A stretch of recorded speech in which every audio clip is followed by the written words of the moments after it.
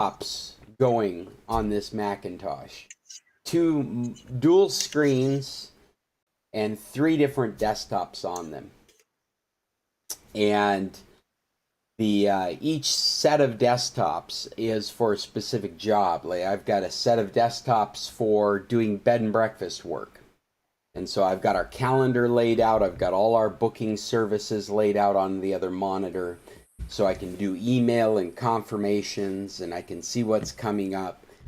And then I can very quickly switch to another set of desktops. And that other set is for this company that I've been doing work for. I've been doing a lot of Google Sheets development and writing scripts for this company. We've probably talked about it before. They do a lot of they're a data-driven organization. They make a lot of their decisions and their billing paperwork and all this kind of stuff is all out of information that their techs are out in the field reporting every day.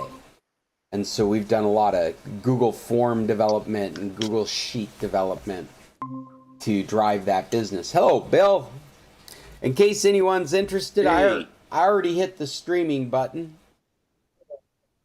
And everything's working great. Oh, in between the last computer club and this one, we've resolved my internet problem on this end. I don't know if you can see how very clearly I'm coming through.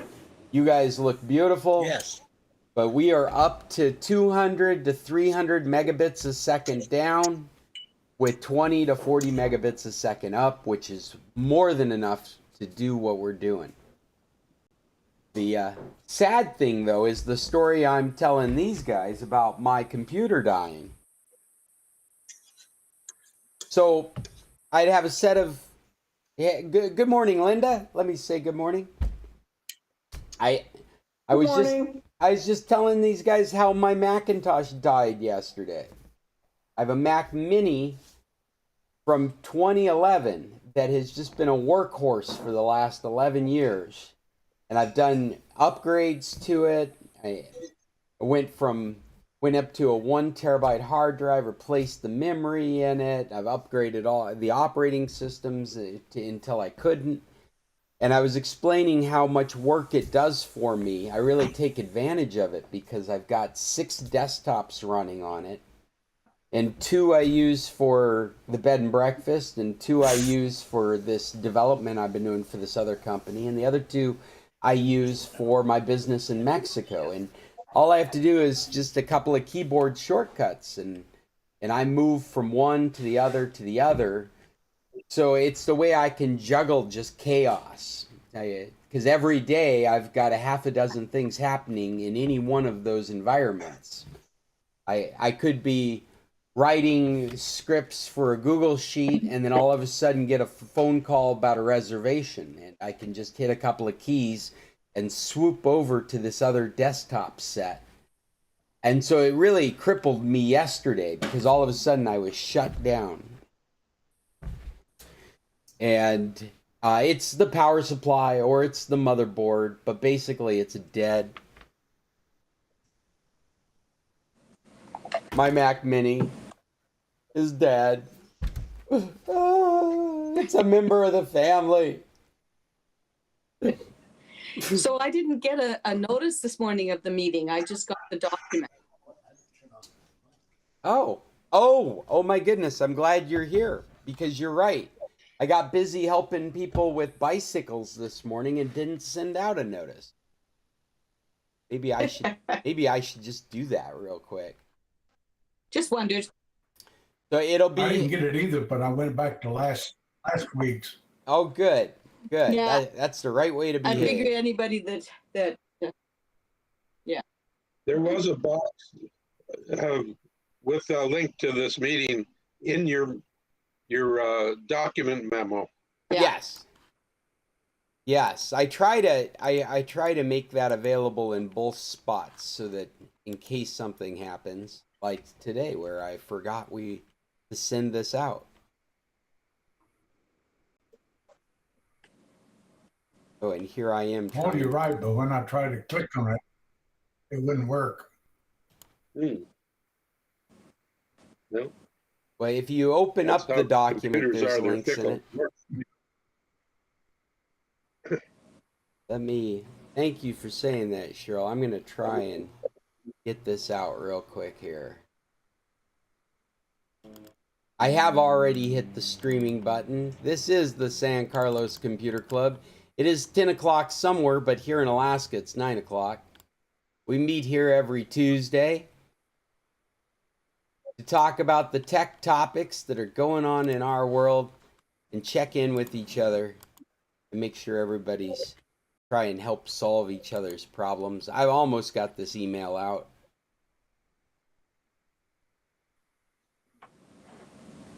Here we go. And the story I was telling was of Scott's dead Macintosh. I had walked away from all that work I was talking about to go eat breakfast or something, and I came back to blank screens and a cold computer. And here it sits dead in my hands. I had to reflect quite a bit on it. I had forgotten it was so old. I like 11 years, I think, is a lot to suck out of a computer. So I sucked as much life as I could out of it. And this might be a strange computer club because I'm back to just using my laptop for all this. And I could be pushing the limits of what it's capable to do. But I immediately got on eBay and started pricing out parts, thinking that I might try and repair it. But the computer stopped running the current operating system for Macintosh 6 generations ago. That has not stopped me from utilizing it completely. Absolutely was doing every job I needed it to do without needing any of the most recent features. But after talking with my wife and discussing it, we decided to just drop way too much money on the most recent computer. Hopefully another 10-year-old computer that will last 10 years and will help me to be up to date with the latest Mac technology. And I am now waiting for a Mac Mini M1 with 2 terabytes of space and 16 gigs of RAM to show up at my doorstep. Insanely expensive purchase. If I had bought it from Apple, it would have cost $1,700.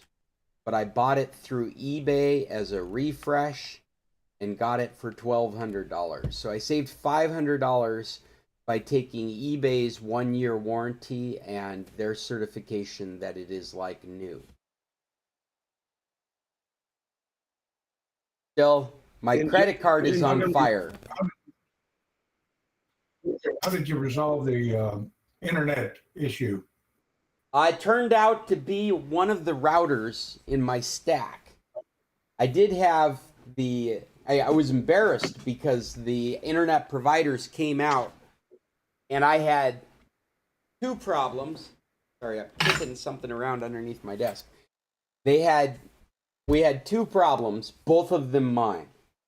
One was the router we discovered, and the other was the Ethernet adapter that I was using to run my test. So what I've got in the bed and breakfast is up in the office, I have a stack of equipment, a printer, a couple of different routers, and the service coming from the cable company.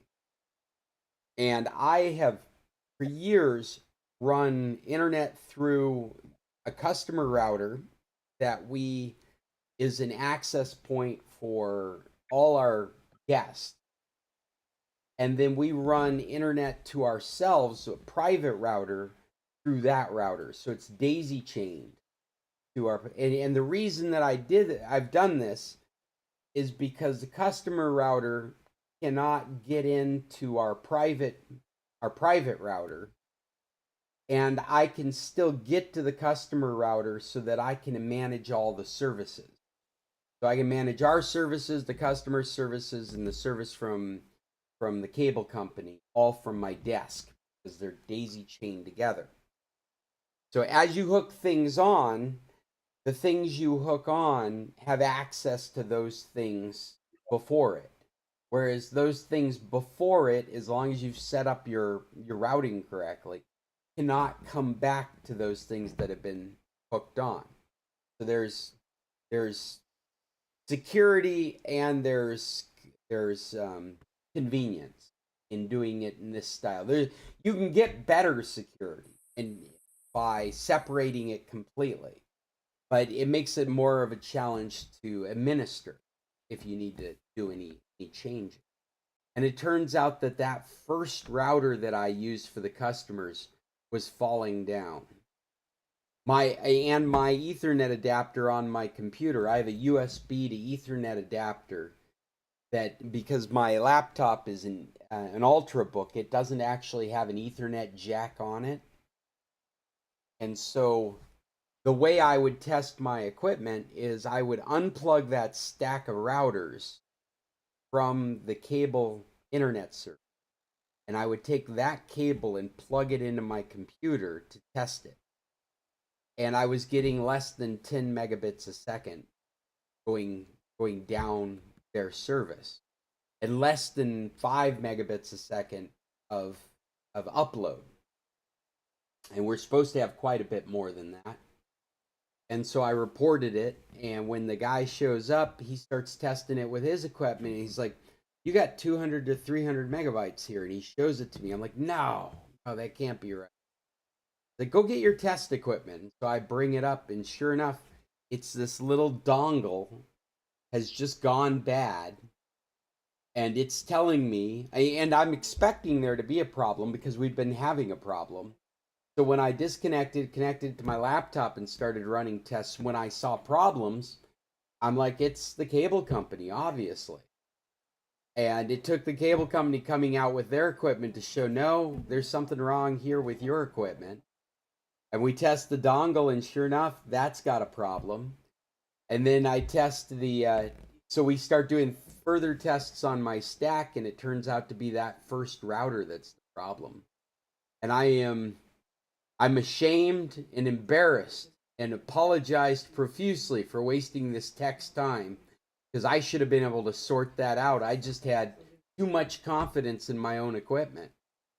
When I hooked up to their equipment and saw failures, I'm like, see, this is what we're dealing with. We got to get this fixed. Where I should have been, maybe I should try testing that with another computer, which I'll add to my list of learning lessons and keep in mind for next time. Because I definitely could have solved my internet problem weeks ago if I wasn't so convinced it was the cable company's problem. He also showed me how my laptop could connect up right to their service wirelessly, which I had never bothered to try and do. And all of a sudden, my laptop was getting 200 to 300 megabits a second off of their service. So I was feeling pretty dumb by the end. My own hubris.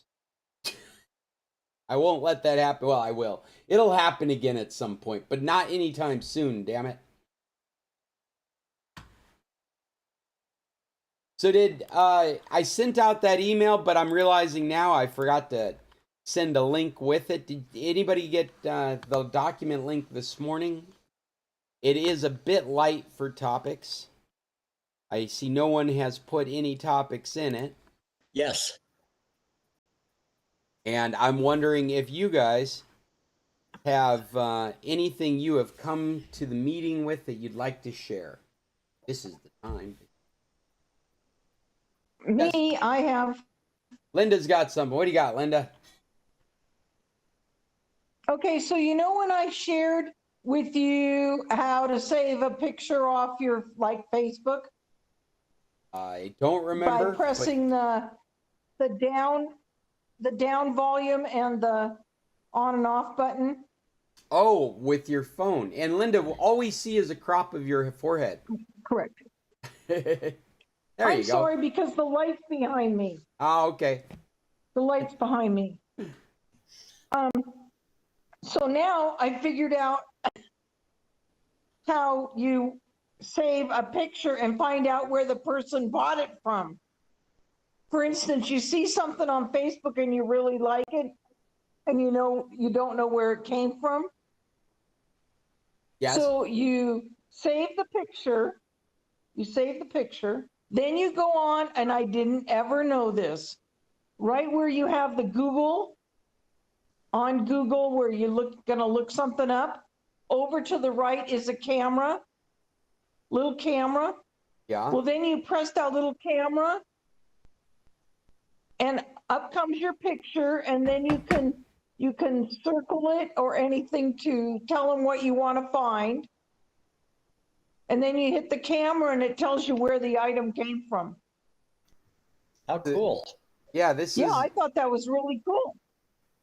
this is an image search on Google. Correct. And are you using the Google search app, or are you using just Chrome? I'm just using the Google that's at the top of like your phone. Oh, okay. Like And there's a little camera to the right. the search widget. I never knew what the little camera to the right meant. So is this the Google Lens? Yes, Google Lens. That's Yeah. what it's called. And I never knew that. And it's interesting because I am looking at Google Lens on my Android, on my Android 6 Huawei Honor phone. It's Android version 6. And it's opened up in a default mode for translation. But it doesn't appear. Is there an option to? Huh. I want to understand. There's some words right there. Yeah, it's opened itself up in a translation mode. I don't see. Oh, there is a search.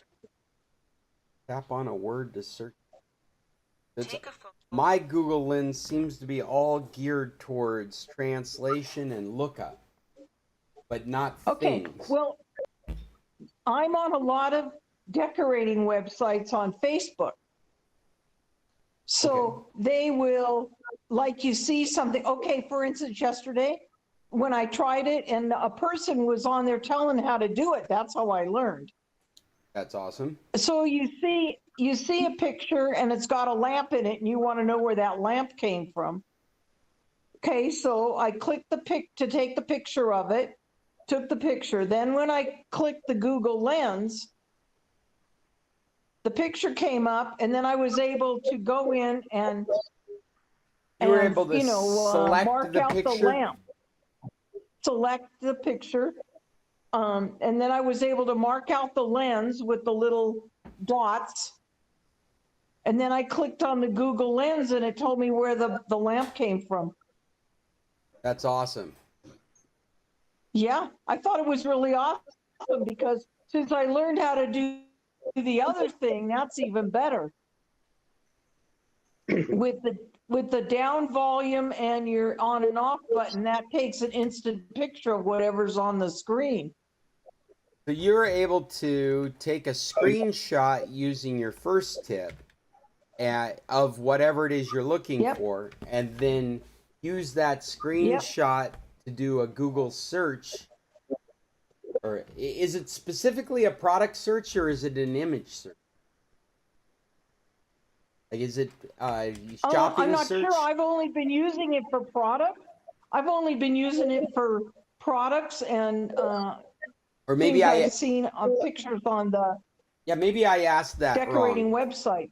Yeah, is it like specifically for shopping, or finding products that are out there for shopping, or is it that image search Probably. that we've been able to do, where like Google has for a long time had an image search where you could upload a photo and have that searched, and it'll try and find you other photos that are similar. I'm not sure. I've just been using it to find out, like where an item came from. That's cool. And I just learned it. I just learned it yesterday because I really never knew what Google Lens did. Yeah. Well, that's cool. You know, I was there. I think Lens came about when they were working on Google Glass, the glasses.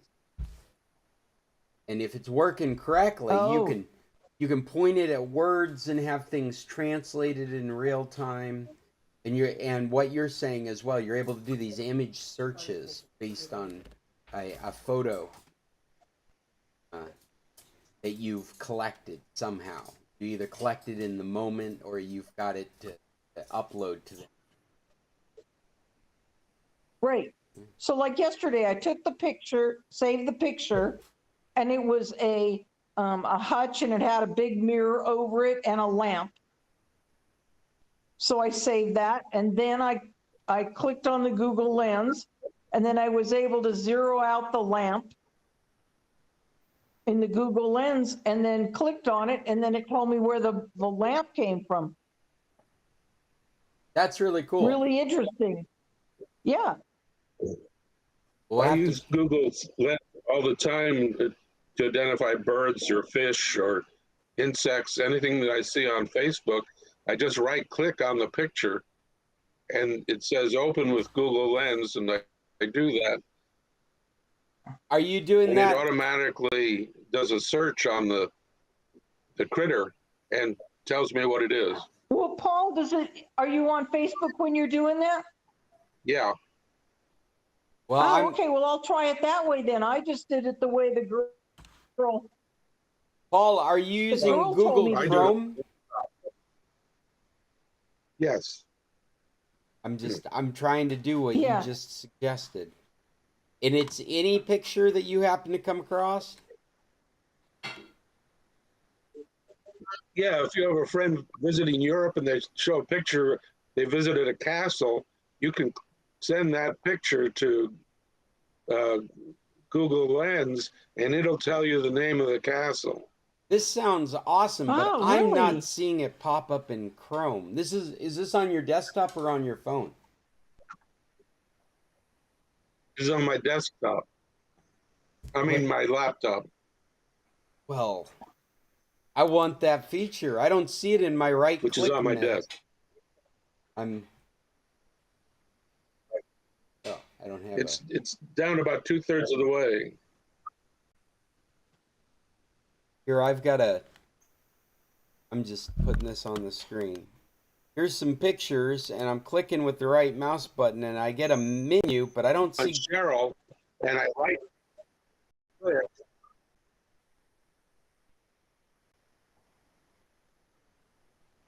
I don't see I in just my right clicked on click Cheryl and with the right. with the right click. Oh, you know what? I'm killing myself. Sorry, guys. Let me come back.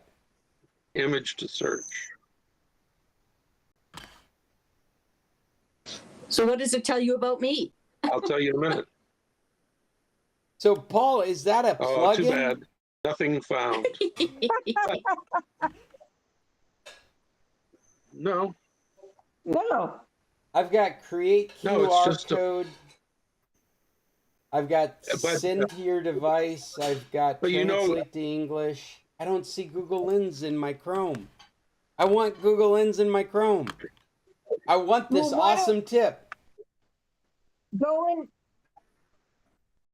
But the other thing is that if you're looking at your catalog of photos that you've taken and you click on your oldest daughter, it'll show you all the pictures that she's in I'm sorry, Paul. You're breaking up for me. I hope everyone else heard him. in your album. Did everybody else hear it? Yep. We're hearing Paul. Yeah, okay. Scott, you So- keep Breaking up. I gotta Scott keeps stop. talking over top of people. I think Scott's the one with Yeah, it's my Paul, laptop. is this I on your need to stop. laptop? I need to stop touching things. Yes. Yes, Hands off. yes, Linda, it's on Got to my be a laptop. hands-off meeting for me. Oh, okay. Because I'm on my I'm on my phone. Yeah, I don't know how to right click on a phone. No, that's what I was telling you how to do the picture, save the picture on the phone. That's good. Save the So you do picture it- on the phone. And then up on top, you know, on your phone, normally you have a long bar that says Google, Yeah. where it has the little microphone and everything.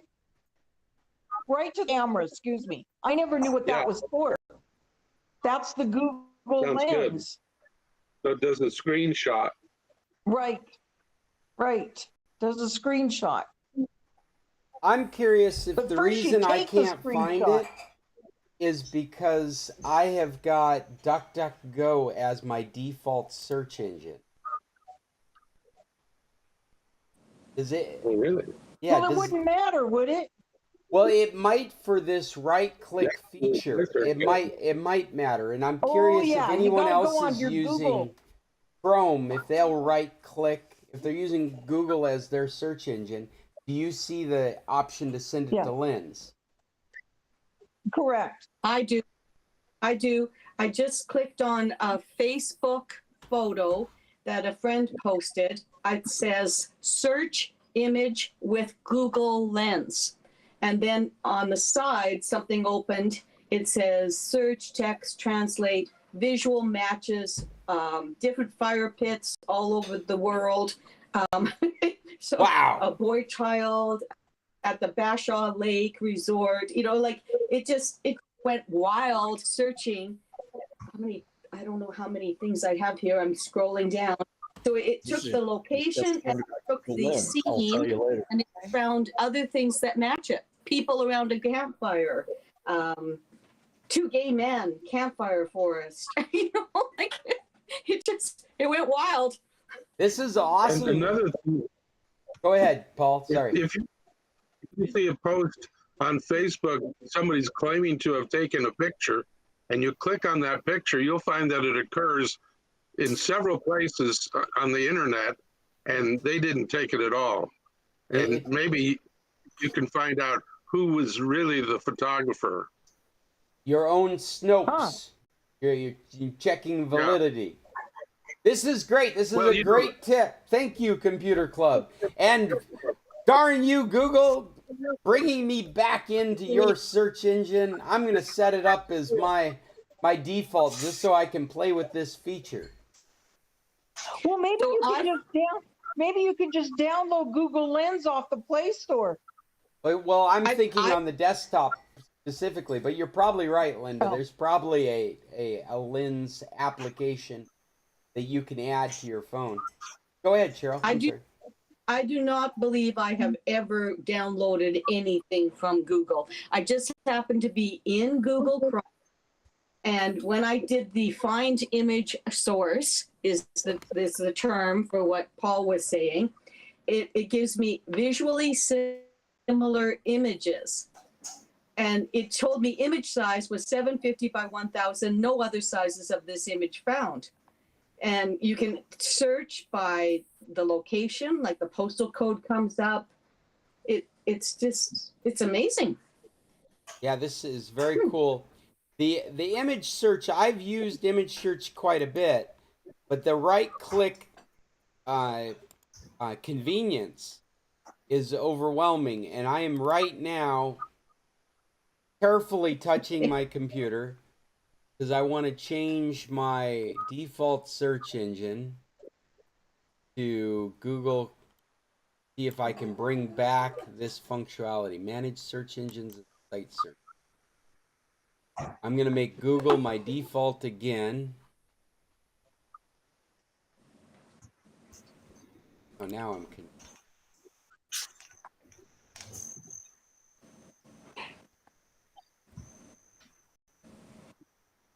Google It's is really now good my on your phone search. too when you're out someplace and you want to save something. Search image with. So you know what I did is I disabled DuckDuckGo as my search engine, which is odd because it wasn't setting something as default. It was disabling the DuckDuckGo. and then it enabled Google as the default while we're talking. And now, without restarting anything, I can right click on Paul's picture and it gives me search with lens. So just in real time, no restarts, no nothing, all of a sudden I'm able to use this search with lens feature. This is great. I'm going back to Google searching just so I can play with this feature. And okay, I went to Facebook. I went to Facebook and I scrolled down until I found a sunset picture by Rada of San Carlos. And so I clicked on it and searched, and here's a whole bunch of other people's pictures of San Carlos sunsets. Well, thank That's you pretty guys. cool. I knew there was a reason I come to Computer Club each week.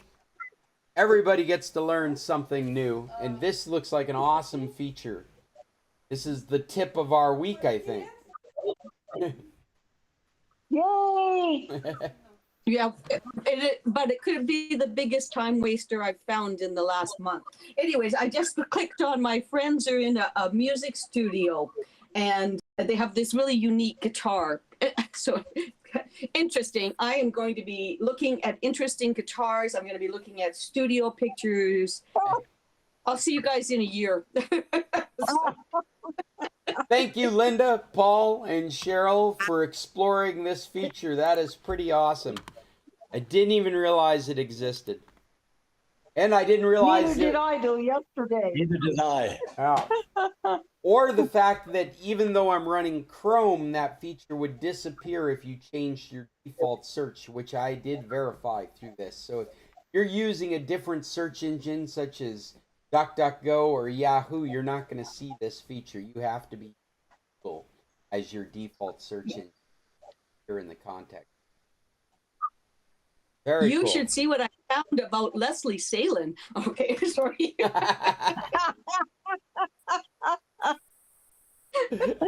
Anything good from her hippie days? Ooh.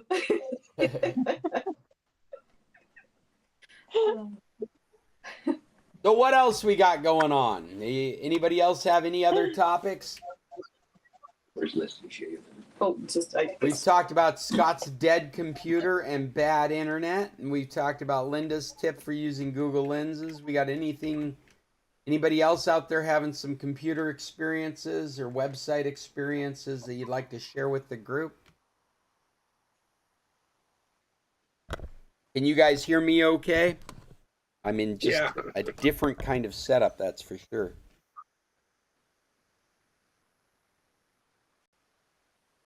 Linda, is that a raised hand? No, go ahead, Cheryl. I'm sorry. Sorry, we were still looking at Leslie Salin's pictures. Sorry, we squirreled on you. I put a recommendation of a book that I just finished reading that is really cool. I guess the other thing I was going to talk about was customer service and the difference it makes when you talk to one real person versus another real person, and how effective it is that if you're not happy with what you're getting from an institution or whatever, send them a message on Facebook. And just like that, I got the exact person that I should be speaking to at the organization. So I just can't say enough about how using your messenger in Facebook to get to organizations is so worthwhile. I agree completely. I like to use Twitter as well, and I like to call them out in what I call the global conversation. So if you don't get any satisfaction from a direct message immediately, repost that in the global conversation so the whole world can see you're not getting satisfaction. And they'll immediately get back to you and try and, well, shut you up. But part of shutting you up is making you happy. Well, and they didn't really shut me up. What they did was they got me to the right department. I was sending my health benefit insurance, travel insurance stuff, inquiries. And when I got the first person on the phone, she would answer my question with erroneous information that I already knew. And I could not get her to listen to me and answer what I was asking. She just had a set script of things that she knew, and she just wanted to keep telling me that, you know. Next person I talked to, he basically said, oh, you should always just phone us. I said, well, to be honest, you know, it makes a difference who you phone and who you talk to. And if I hadn't done something on Messenger, I didn't do it publicly, I did it a private message through Facebook, and this person said, this is who you need to talk to in this department. I did way better. So. Hey, speaking of customer service, have I shared with you guys that I've gotten my iPhone set on an eSIM now for AT&T? So You told us about trying to get it set up. yeah. So after trying and them failing and me having to get them to give me another physical SIM, and I was rolling with that, I pursued it through customer service on the phone. Took quite a bit of time, but they were able to do it over the phone. They were able to take numbers that I got out of the iPhone under the About, where it would tell the phone's identification number and my current SIM identification number. And they were able to link my contract to the eSIM in the iPhone and stayed online with me until I had actually pulled out my own SIM to verify that it was working. All of that was great. Took a ridiculous amount of time. Person I worked with was great. The ridiculous amount of time was the amount of time I spent on hold being told that I could go help myself at a website and I could not have done this myself. It had to be done by a person. So that was just all useless information in the first place. The one thing though that happened was after they got the eSIM set up, and this is a prepay experience. If you're dealing with AT&T through the website and you're setting up a prepay account, I had already given them my credit card number. I thought I had already bought service, but apparently I had not. And I hadn't bought the service until they had set it up. And right when setting up, we got disconnected. And I had to finish that process online. And I apologize. I realize now I'm mixing two different stories because that was before the eSIM. The eSIM, that was my experience you guys heard about last week. The eSIM, I've had that experience since we talked last. And that was a different customer support person that was able to get everything working correctly. It just took too long. But it works now. And I've added my Telcel SIM to it, and I'm running both services on the one phone. Now, here's the caveat that I needed to share with you. I should have written it in our notes. One of my main concerns was WhatsApp, because I live in Mexico, and WhatsApp drives my business and my social life. Everybody communicates through WhatsApp. So I have a history of chats and pictures and memes and stuff like that I really don't want to lose. And I'm switching platforms from Android to iOS. I haven't had an iPhone in a long time. So what I learned is that there is an Android app called Move to iOS that Apple has created that you can install in your old Android phone, and it will pick up all your settings and move them over to your new iPhone, which is great, except this, and this is the caveat. If you're going to do this transition from an Android to an iOS, you do not want to set up your iPhone beforehand. You want the transition to be part of the setup. And what I had done is I had started putting together my iPhone environment, installing applications, signing in my passwords. I'd done all this work to start using the phone because this eSIM experience was taking so long that I just wanted to use the phone. Try getting service on the phone to begin with, getting a SIM card in it, getting it all activated, and then getting it switched over to eSIM so I could put the Telcel SIM in it. All of that was taking so long that I'd just gone ahead and started setting up the phone. Well, and then I thought, I'll just back up the phone using Apple stuff, and whatever happens, I'll have a backup of it. This move to iOS option is only available to you if you're at that welcome to your new phone experience. When you first pull it out of the box, or you have first reset the phone. I know Cheryl's gone this a couple of times with her phone.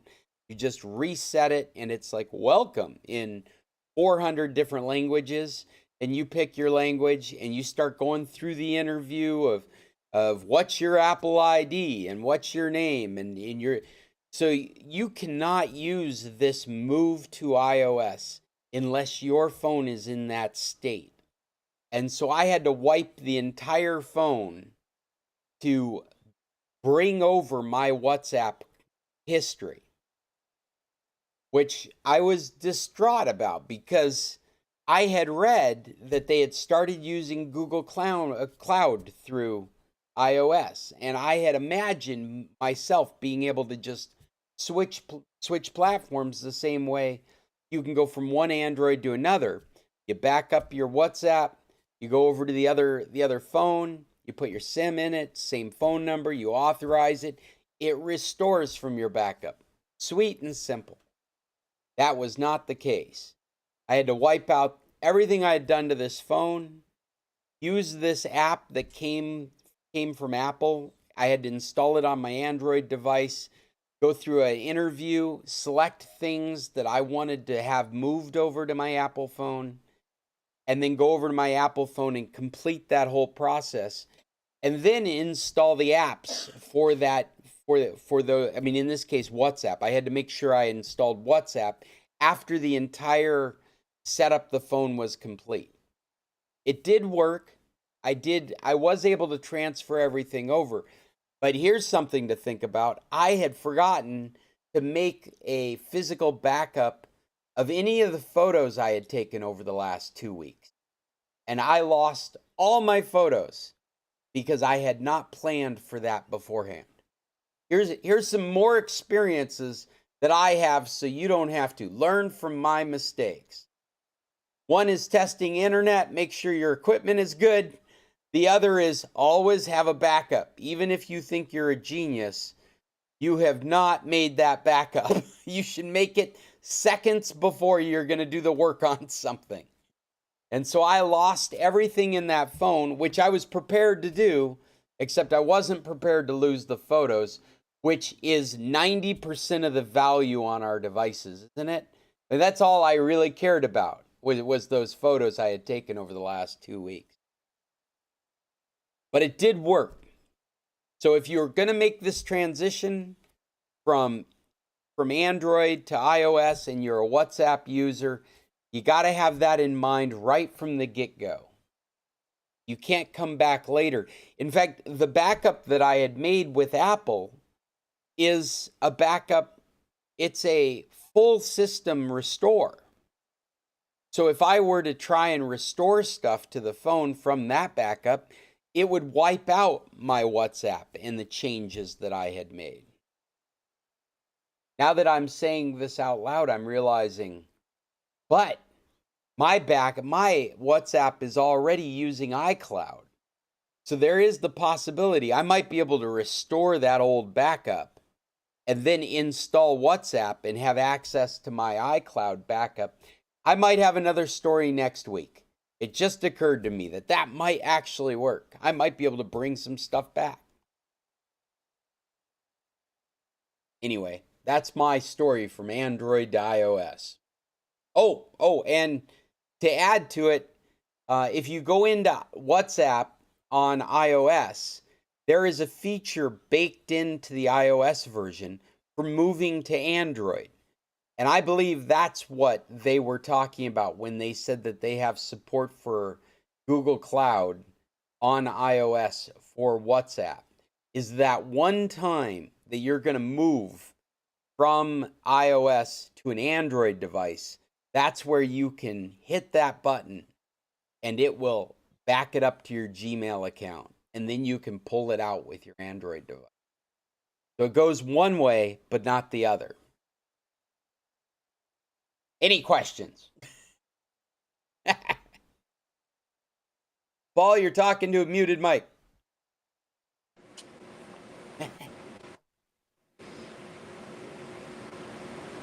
Go ahead, unmute your mic. I got it.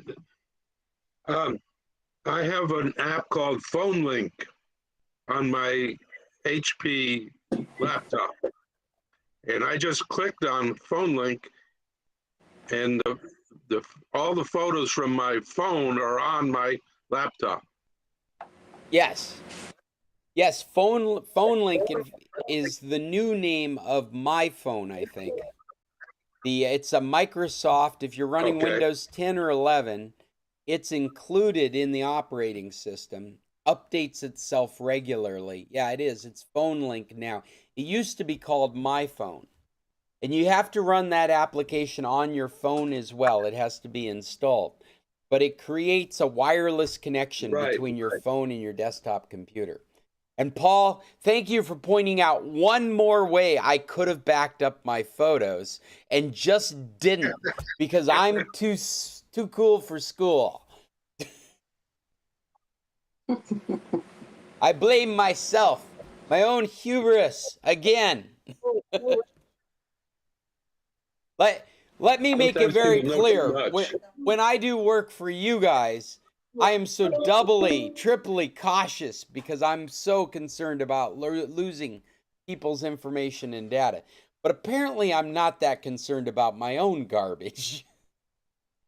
So learn from my experiences. I'm also very fond of reminding my kids most of my knowledge has come from failure. You learn nothing from success. When you press a button and it works, you've learned nothing but how to press a button. When you press a button and it doesn't work, now that's the learning experience begins. Hey, Scott. Yes, sir. My father's favorite expression was, "Sonny boy, that's the way you learn these things." That's right. I can't guarantee I won't do it again, but I can guarantee I'm going to be scared of doing it again. Speaking of lessons learned, my father told me that there was a concert pianist that just gave a performance, and somebody asked him, "What's the best advice were you ever given?" And the pianist said, "My father told me never pass up an opportunity to go to the bathroom." And you can see if you're going to sit there at the piano for an hour, that might be really good advice. It's really good advice.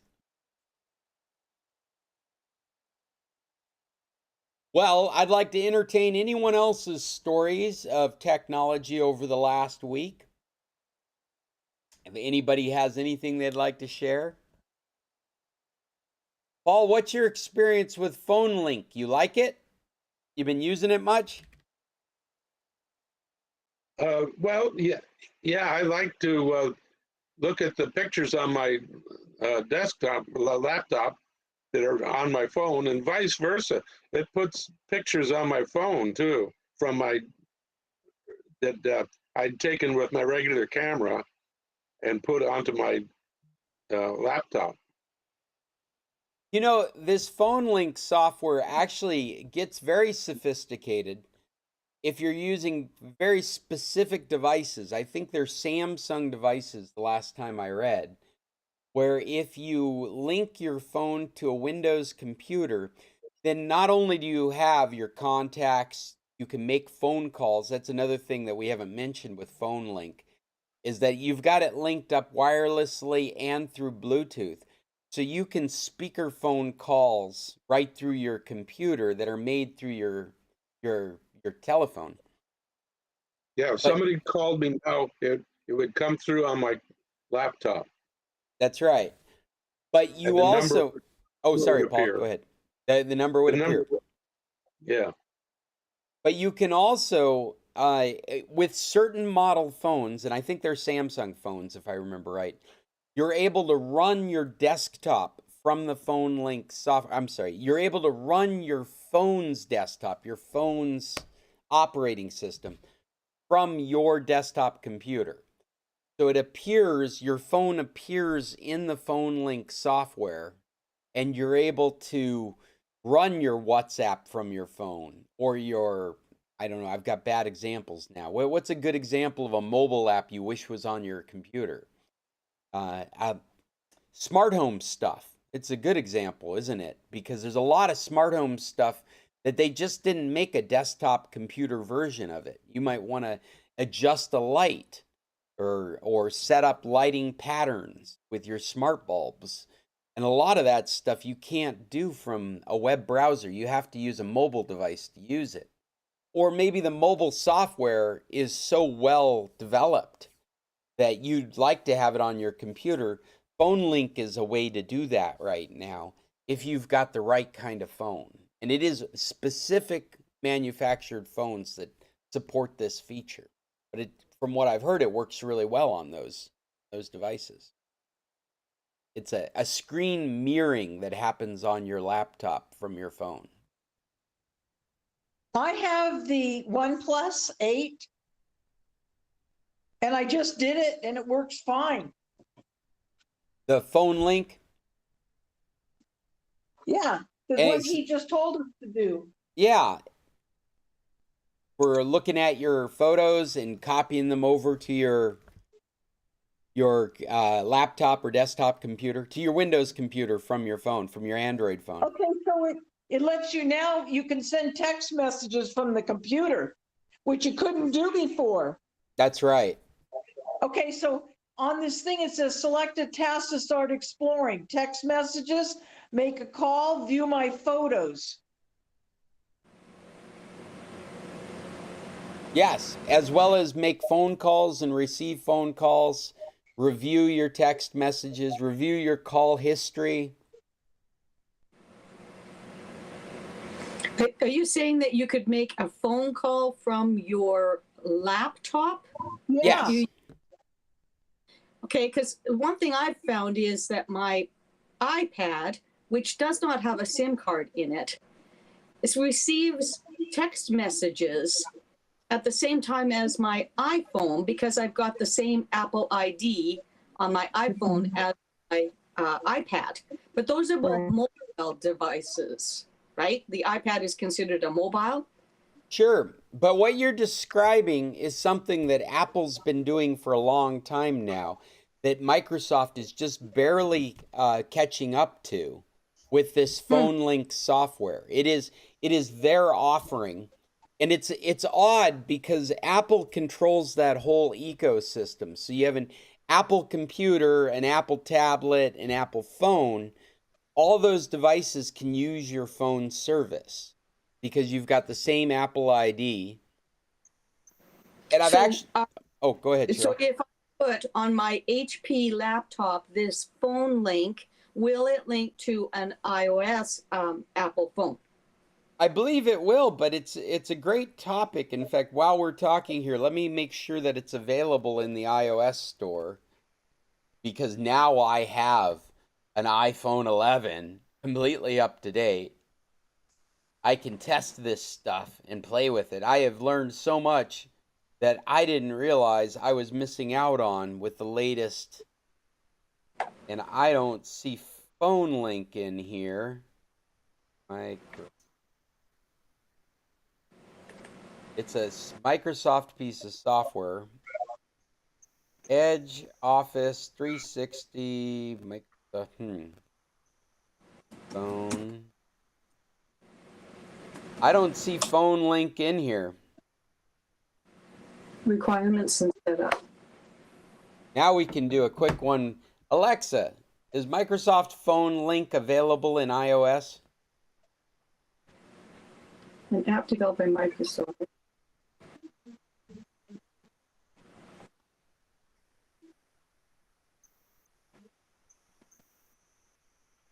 Wonderful. It answered the question for Microsoft Edge. Let's let's pose it to Google real quick. Is phone Oh, link phone app for, available for? I got What'd you find? it says phone link and its associated features aren't compatible with any Apple devices.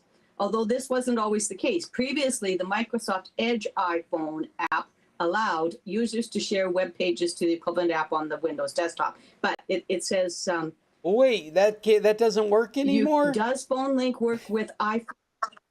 Unfortunately not. Phone link and its associated features aren't compatible with any Apple device.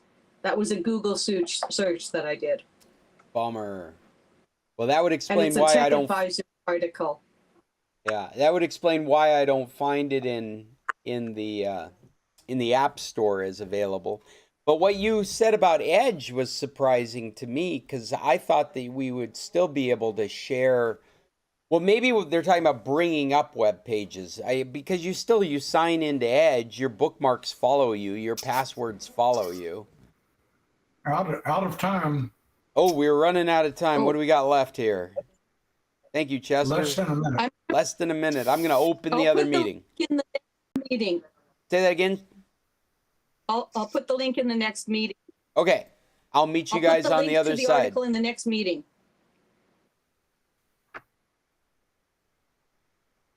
Okay. Shit, I gotta get to that. What was that?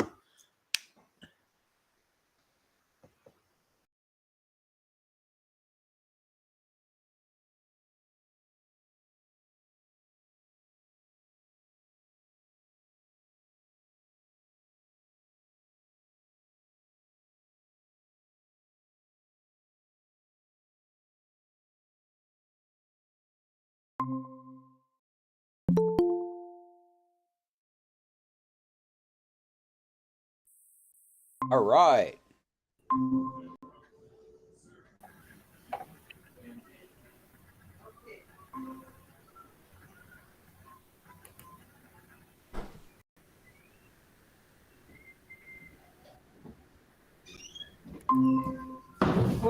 Let's do it, guys.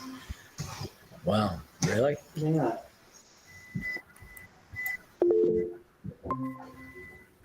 I'm surprised. It's called wellness. Wellness. Oh, Linda, that looks really good. Very clear to see.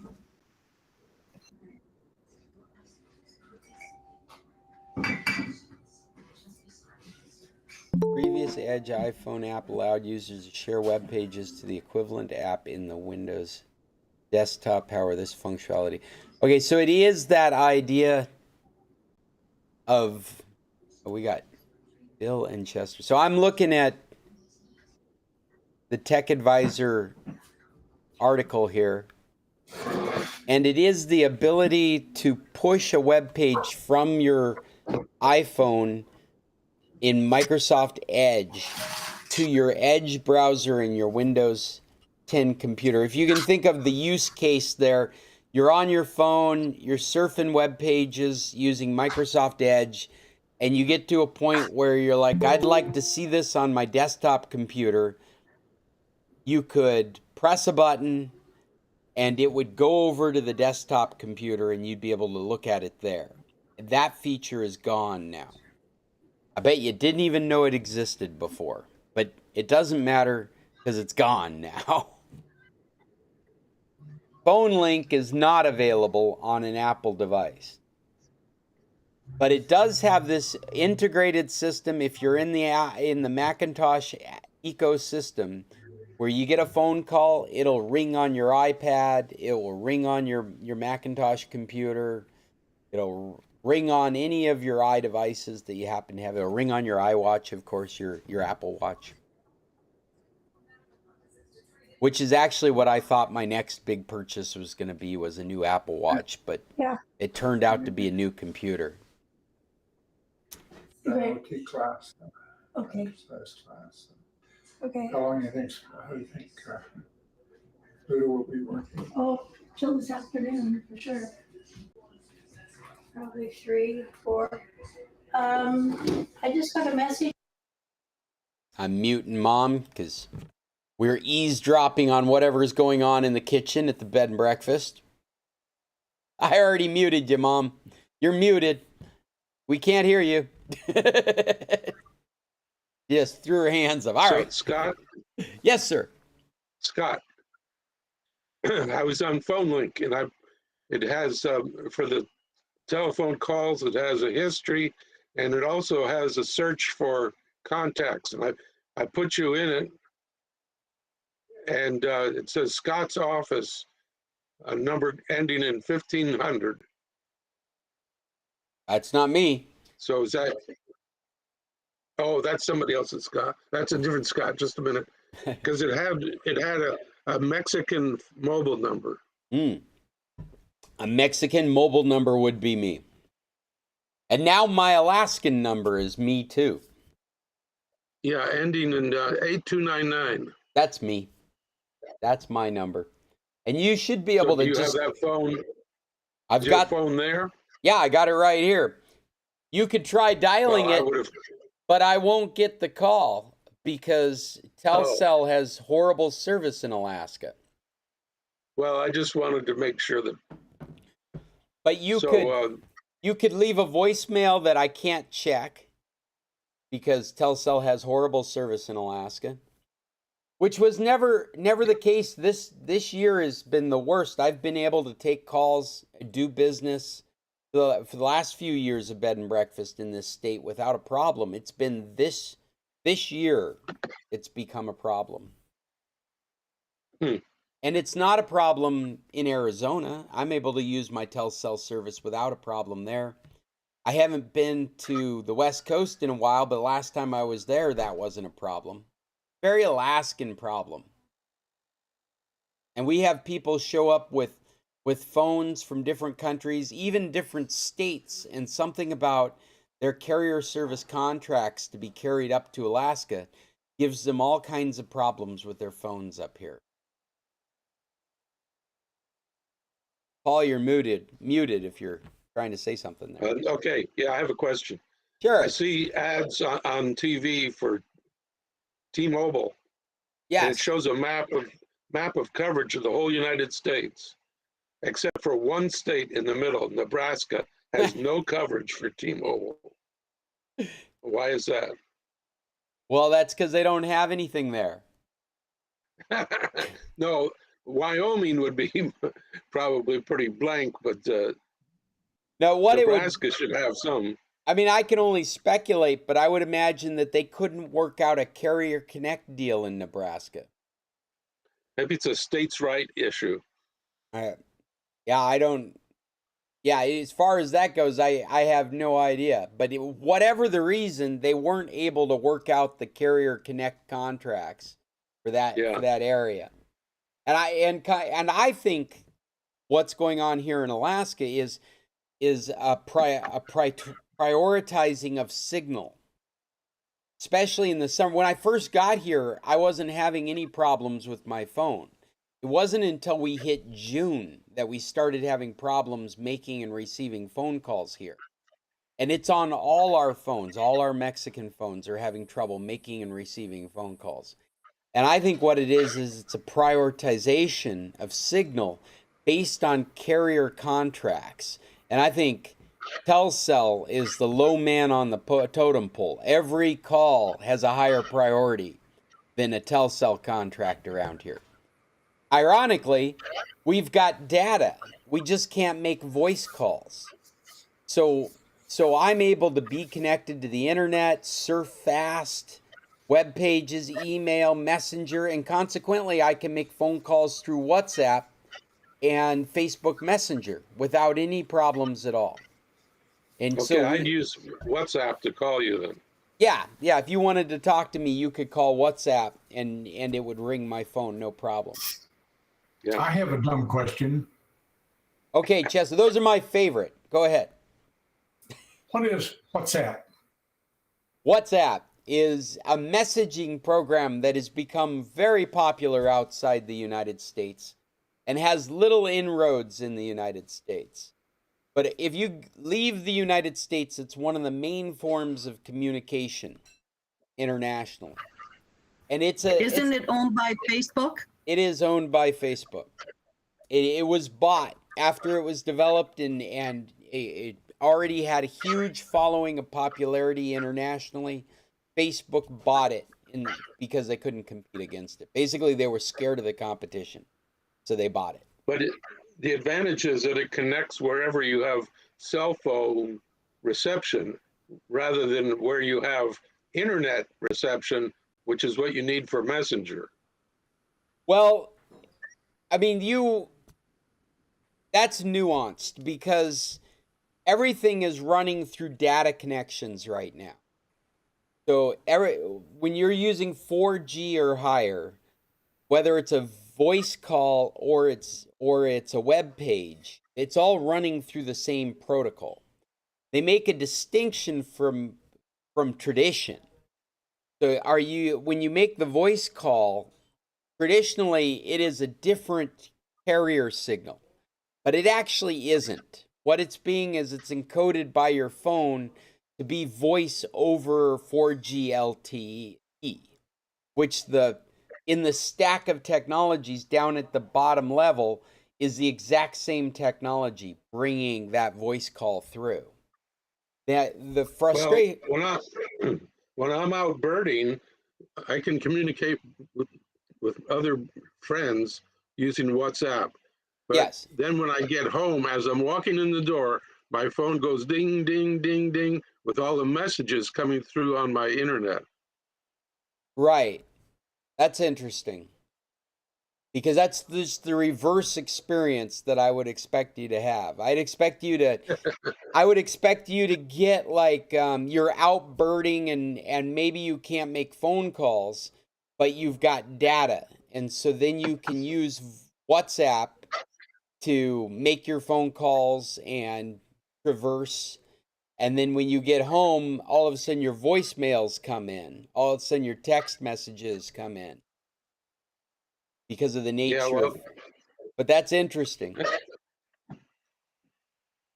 that you're able to communicate. Are you able to send messages, or are you able to, or is it just voice communication you're doing out? Just typed messages. That's really cool. I'm not certain what's going on there. That because I would think for you to be able to do that, you have to have cell service and you have to have data service. Well, because they're intertwined. Anyway. I don't know what your experience is there.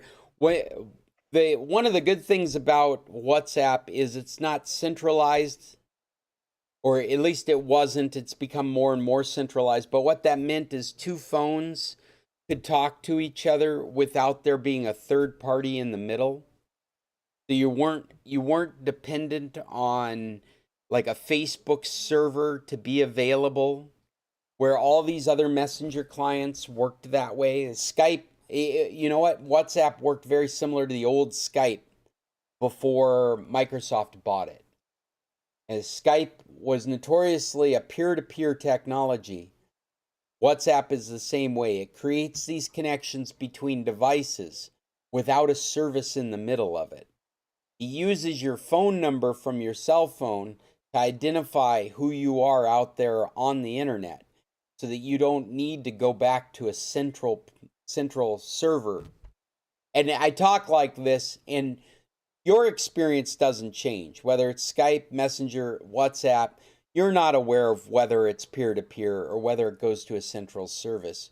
You just pick it up and do your thing. You send text messages, you send pictures, you make voice calls. You're not aware of the technology because it's seamlessly integrated in the back end. You're not making any decisions like that. You're just talking to your friend. But that's a distinction between the services. Facebook Messenger goes back to the Facebook servers for your message to go to your friend. If you make a call on Messenger, it goes to the Facebook servers and then it goes to your friend's Messenger. Whereas WhatsApp, at least originally, there is some of that going back to the server now that's happening. Like there's advertisements that are getting pushed into your WhatsApp feed. But if we bring it down to the lowest common denominator, you could contact your friend, and it's your phone to your phone doing WhatsApp instead of your phone to Facebook to your friend's phone.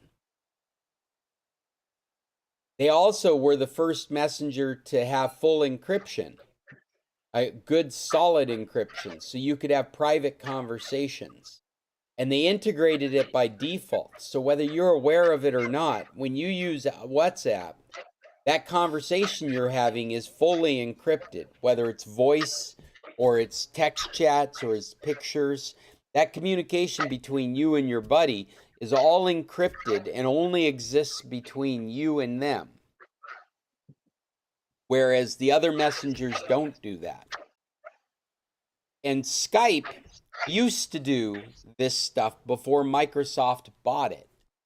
And Microsoft immediately switched it into a centralized system.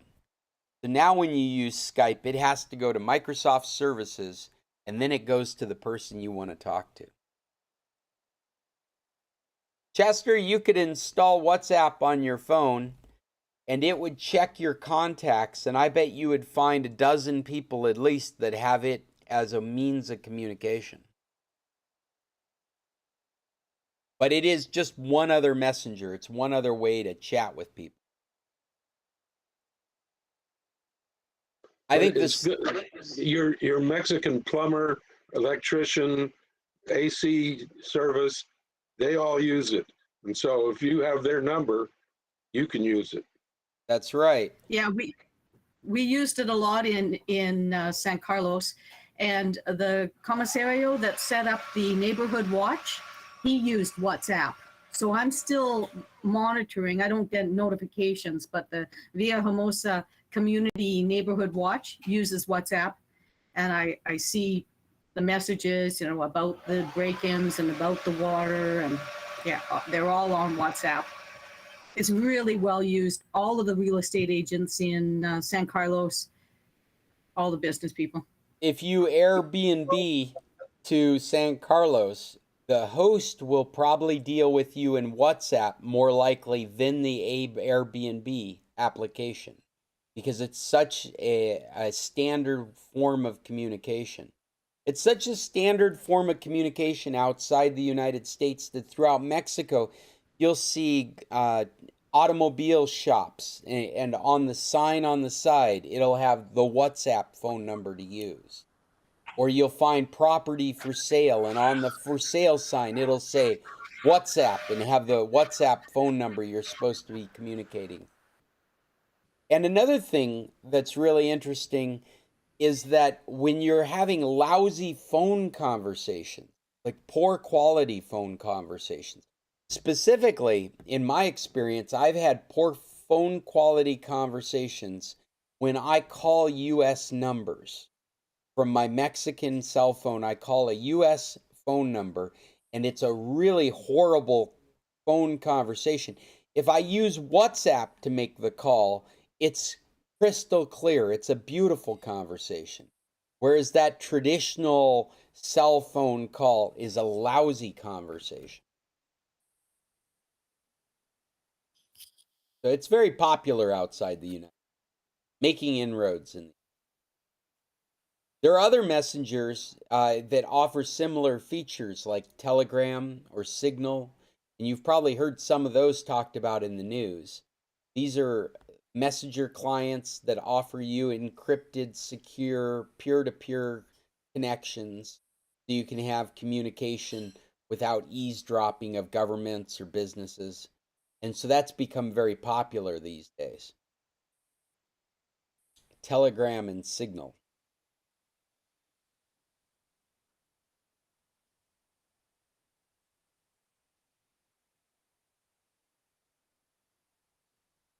Well, everything seems to be working as long as I don't try and bring up web pages.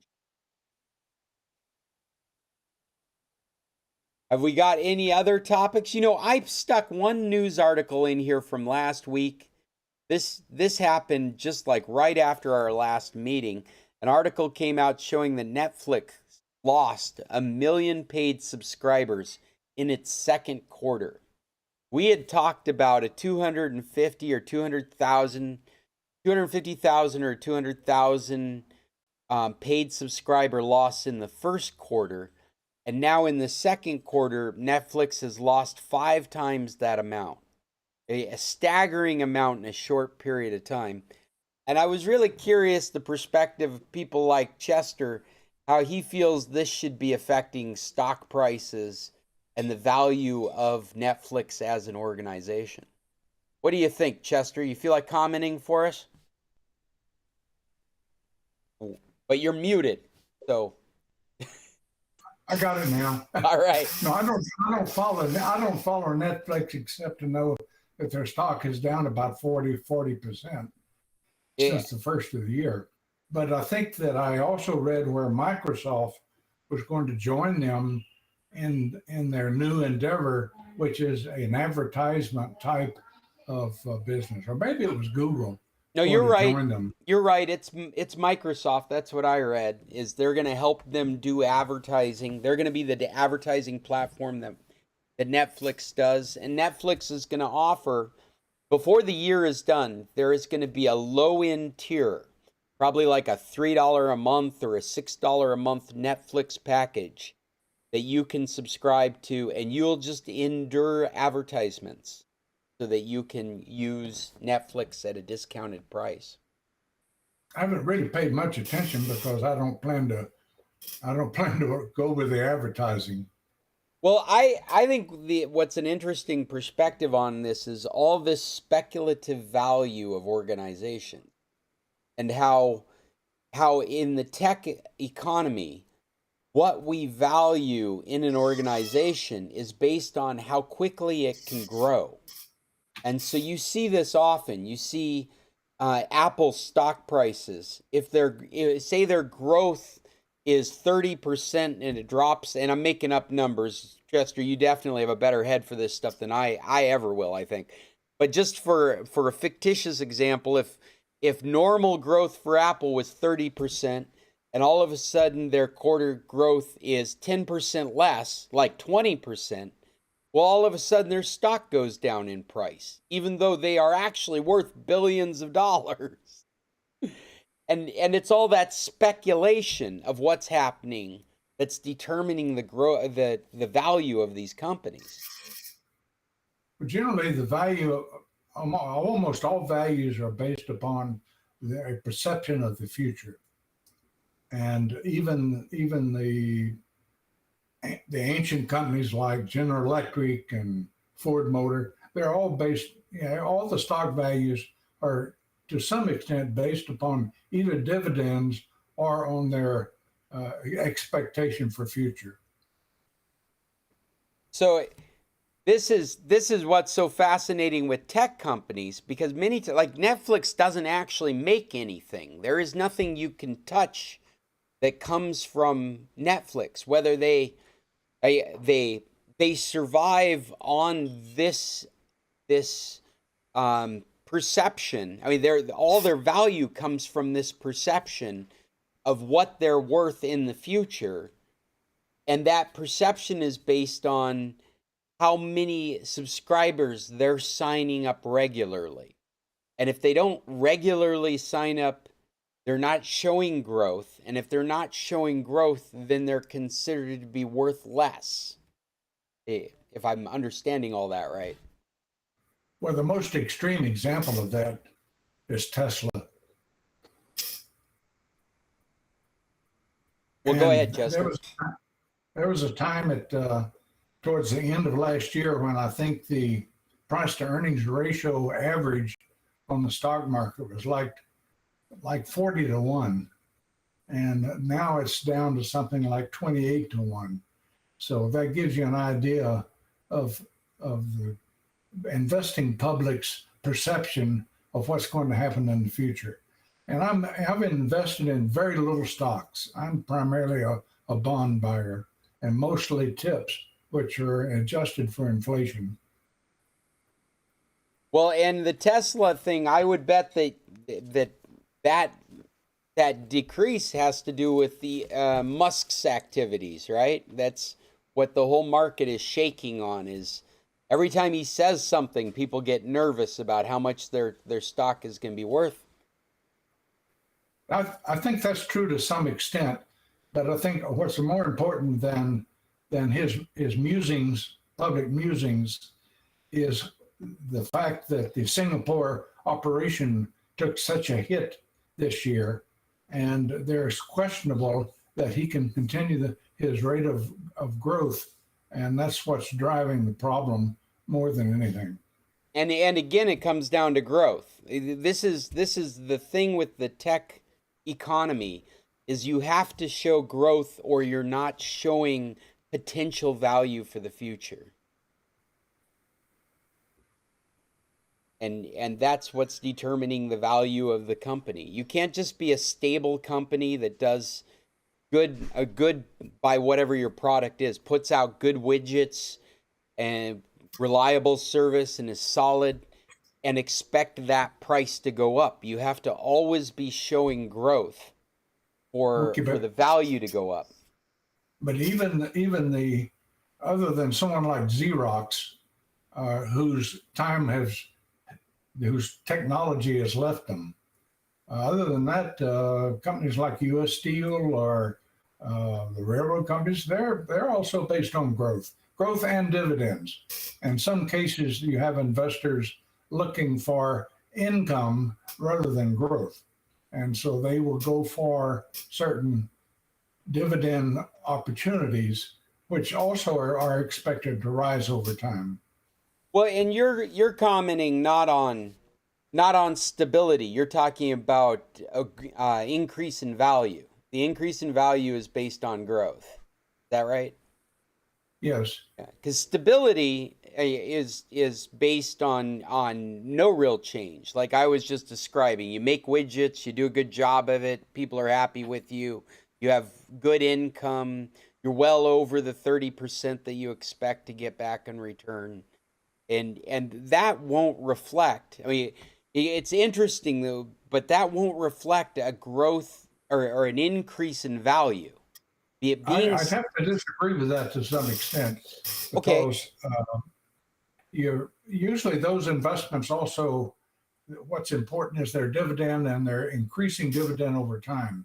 Okay. Such as pension funds and investors that are looking for solid, well-run companies that have an increasing dividend over time. And so therefore there is growth, but it's not a spectacular type of growth that justifies a 40 or 50 to 1 price earnings ratio.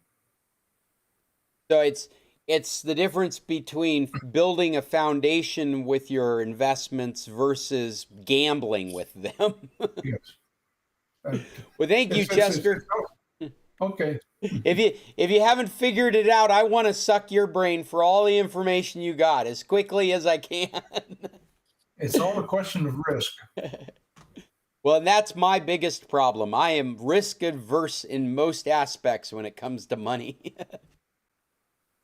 Well, I am too, but it's largely because of my age. Well, we have been going for almost an hour and a half. We should probably bring this to an end, but I know that Cheryl had already mentioned a book that she was interested in recommending to our group. You want to tell us something about it, Cheryl? Well, the Lincoln Highway, it's a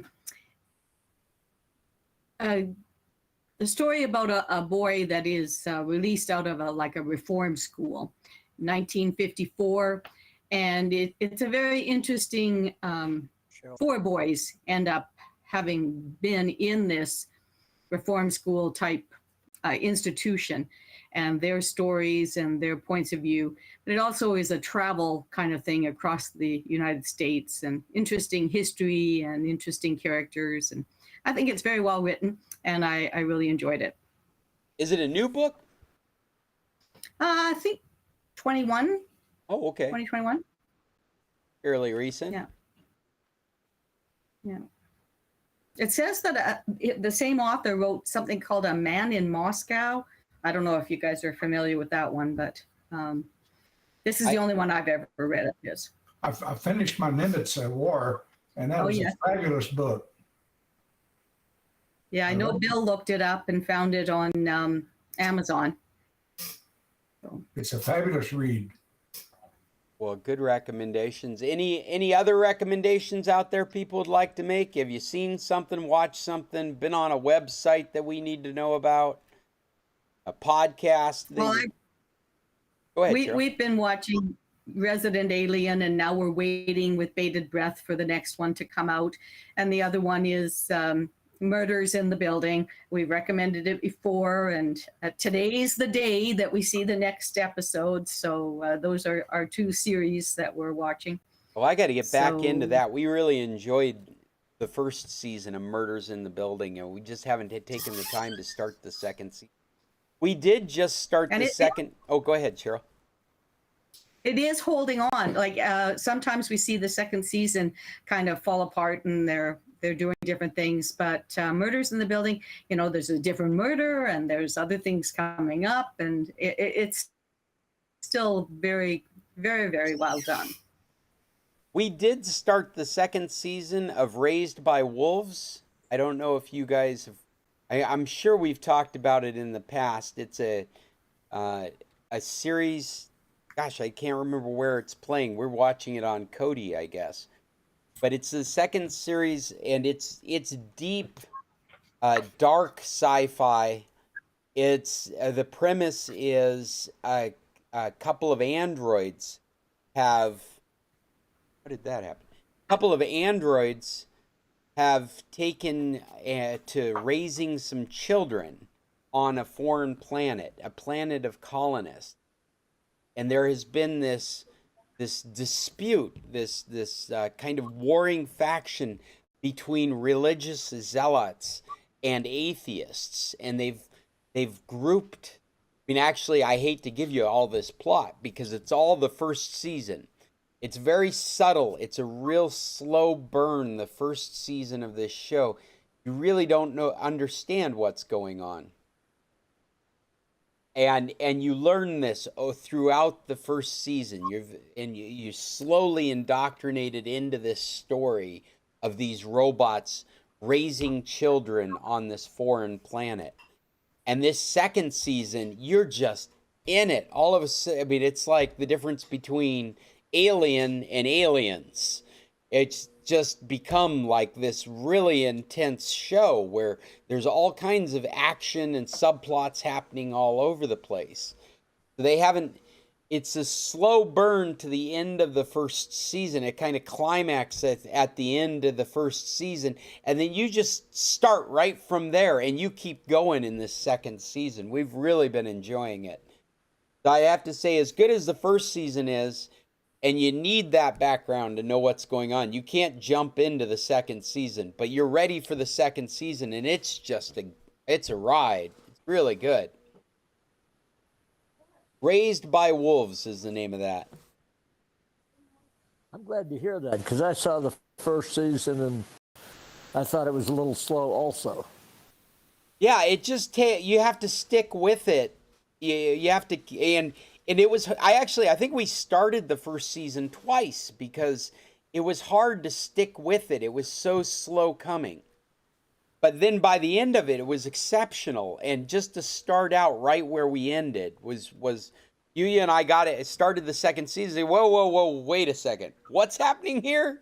And we had to go back and watch the last episode again because it caught us off guard. It just happened so quick.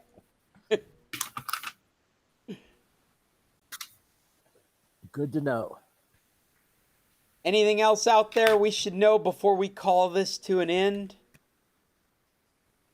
We have the Pope visiting our community this week. He's here to do reconciliation with the native people.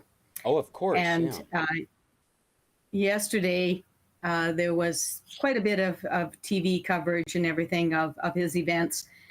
But at the end of the one ceremony with residential school survivors and at a location where there have been bodies found of the children that attended the schools, there was a a woman in her buckskin that was to be singing "O Canada" in the Cree language, and the video of her singing, and she uses the words to start that are the English to Cree translation, but then she starts saying in Cree to the melody of our national anthem,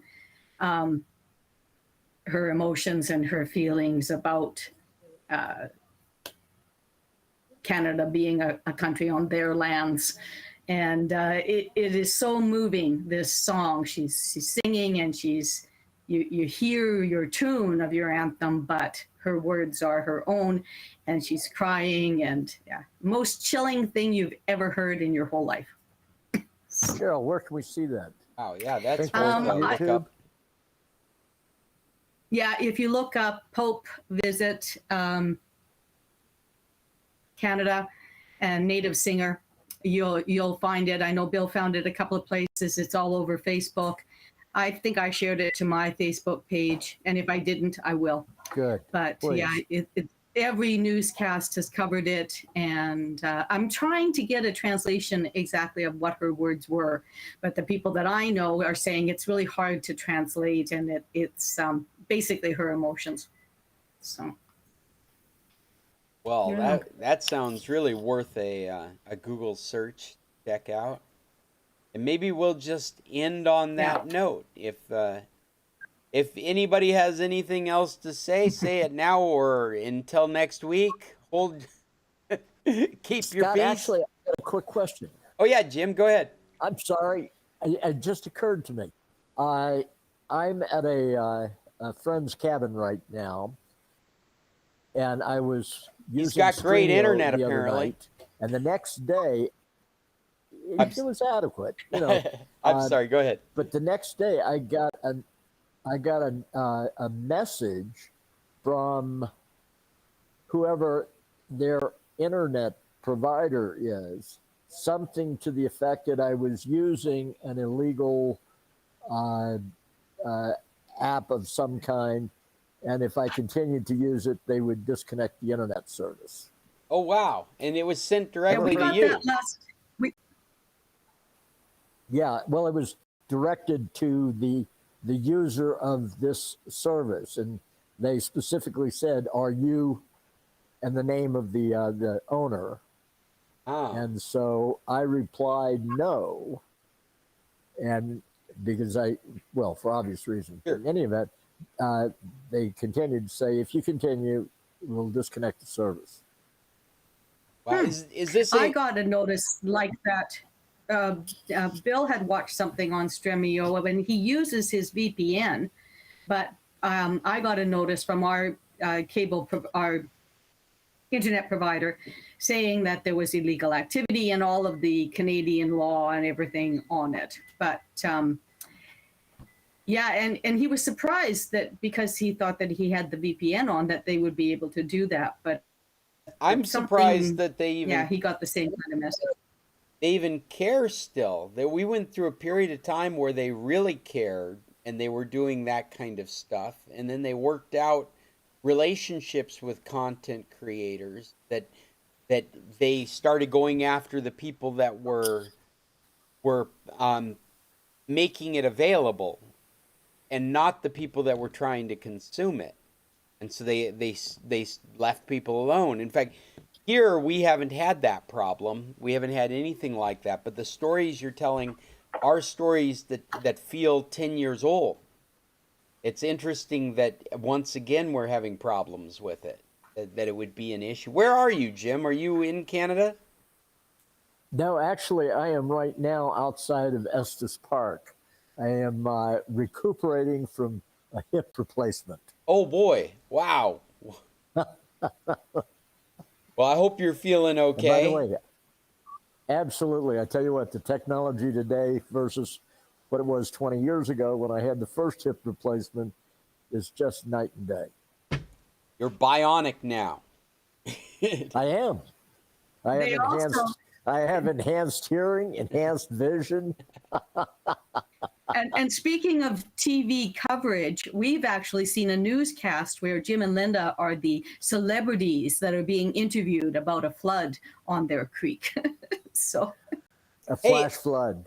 Hey, Jim, your internet provider, is it a private or, I mean, I don't mean that. I mean, is it a local provider or is it like a Cox Cable or Comcast or You something? know, that's a very good question. Let me look real quick and see. Because I could imagine a small town internet provider being threatened to do this stuff and they going through the motions of warning people. And Scott, what amazed us is Bill uses Stremio every single day. Yeah. And it was this one movie that it named by name, and he only clicked on it, watched a little bit of it, and decided it was something that wasn't for him. So it was more the content we felt than the actual service, if that makes sense. Oh, Yeah, no, that's interesting. I can rationalize all that in my mind, but I really don't know what's going on. Yeah. Well, Jim, do do you have any words for us? I don't know whether. Yeah. No? Nope. Okay. I don't think that they're going to cut off my service, and Jim, they probably won't cut off yours either. So. I imagine it's but threatening. I've stopped using Stremio for the time being. Oh, hey, you know, one thing that I've noticed, we'll end with a Stremio thing. One thing that I've noticed recently is I've tried setting up Stremio in a couple of different situations and I can't find the plugins that I expect to find to help us find content. My previous installations have continued to work, but some new installations have not been working. Not finding those plugins. I haven't checked plugins in a while, but I have the ones that I like to use, Pirate Bay, and I watch for that one most of the time. Torrentino is the one that I normally would use, finding torrents. That's another one. And that's not showing up in the community add-ons. So I learned two things that I did not know about Stremio. One is that if your Stremio is cloud-based, including the plugins, when your Stremio pulls a plugin to do work, it's actually doing that out in the cloud. It's not in your Stremio installation. The other thing that I learned is that if you sign up for a Stremio account, then you can use something like a Windows computer to set up your plugins, like sideload them, do whatever it is you need to do to get those working. And when you go to your Android, like your Fire TV, your stick, and you sign into that Stremio, those plugins follow you over. And so the suggestion was by these Stremio users, some platforms plugins are easier and more successful to install. What that means is on Windows 10, it's easiest to get it and more stable, and you can get your plugins installed on there under a Stremio account, and then you can go to your Android device and sign into your Stremio account, and those things will follow over.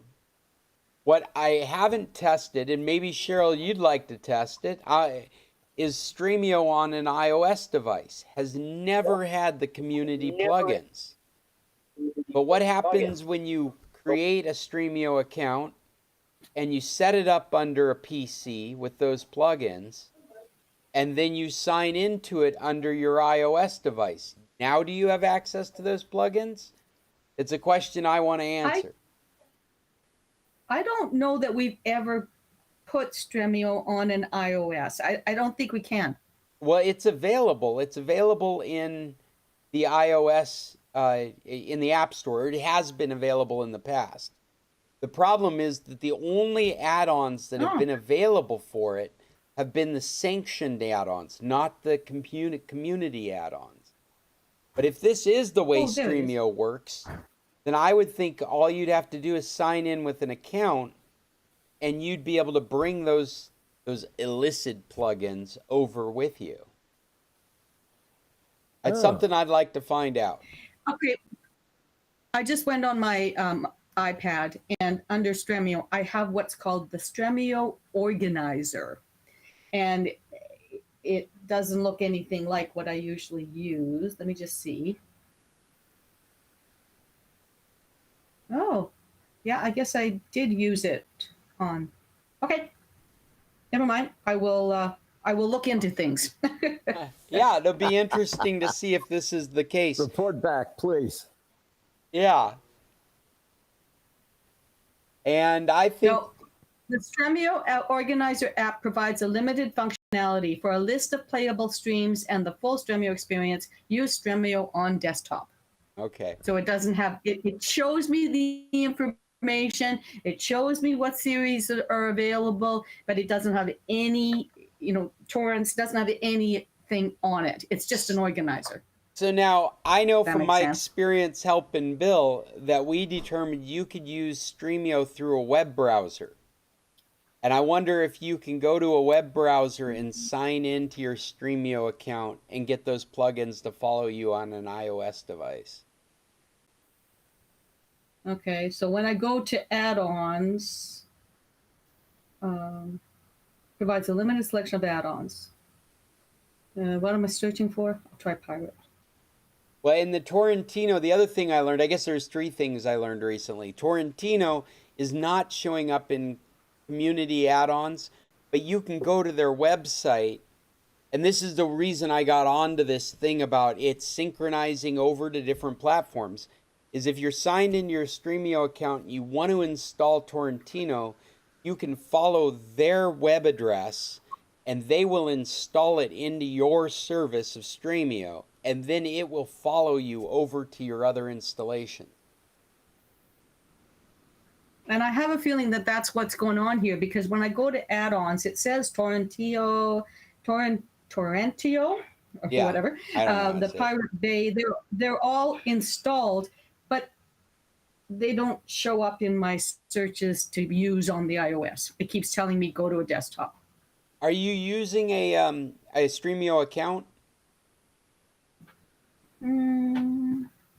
Oh, yes, it's mine. Okay. Oh, my lunch is ready, and I have not been going and eating it, so it's been delivered. So I better go and eat my lunch. We gotta go. We're way over. You guys have an awesome week, and we'll talk next Tuesday. Until then, everybody Thanks, tech everybody. on. See you later.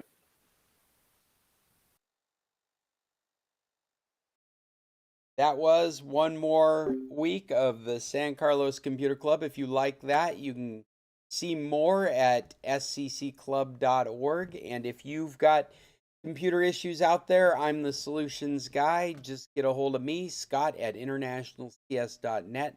There's a good chance I could resolve any of your issues remotely. If your computer can start, I can probably get into it. And until